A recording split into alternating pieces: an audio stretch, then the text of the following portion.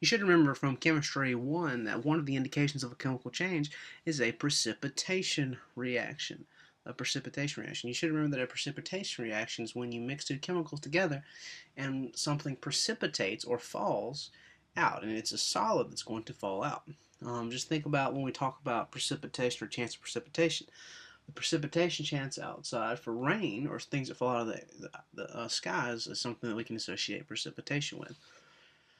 Now, how do we determine whether a precipitation reaction occurs? Well, we have to have two soluble compounds dissolved in water, and they have to form an insoluble compound or a solid compound as far as phase notation is concerned.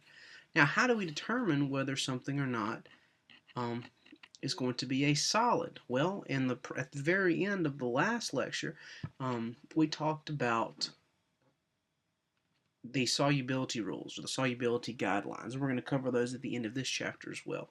But before we talk about precipitation reactions, I want to talk about another type of reaction. We talked about three types in the previous chapter, chapter 3.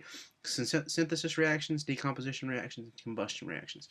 Now I want to talk about metathesis reactions, also called exchange reactions, or as I refer to them in Chemistry 1, single replacement or displacement or double displacement reactions. Metathesis actually would technically be the most technical term for it. Metathesis comes from the Greek word that means to separate or to transpose, rather.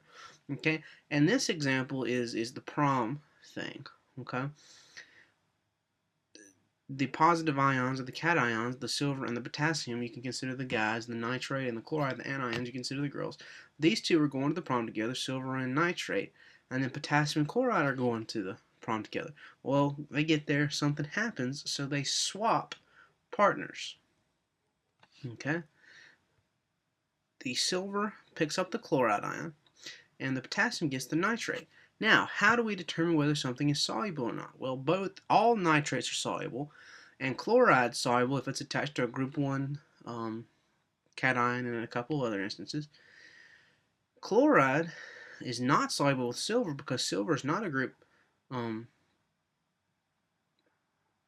metal, so forms a solid. And remember that all nitrates are soluble. So anything that's soluble is AQ. Anything that's a solid is an S. Now, let's talk about how to determine, again, just a brief overview of how to determine whether something's going to be solid or liquid. We look at our solubility rules. Always soluble. All alkali metal ions are soluble. Lithium, sodium, potassium, rubidium, cesium, ammonium. Nitrates are always soluble. Chlorates, perchlorates, and acetates are generally soluble.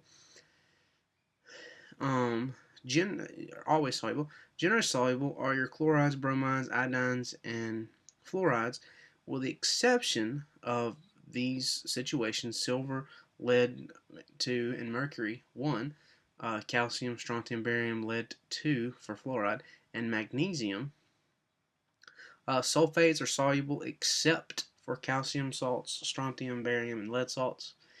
And typically insoluble, you're going to see oxide and hydroxides, and carbonates, phosphates, sulfides, sulfites, chromates, and oxalates. That's what C2O4 is, -2. I had to think there for a second.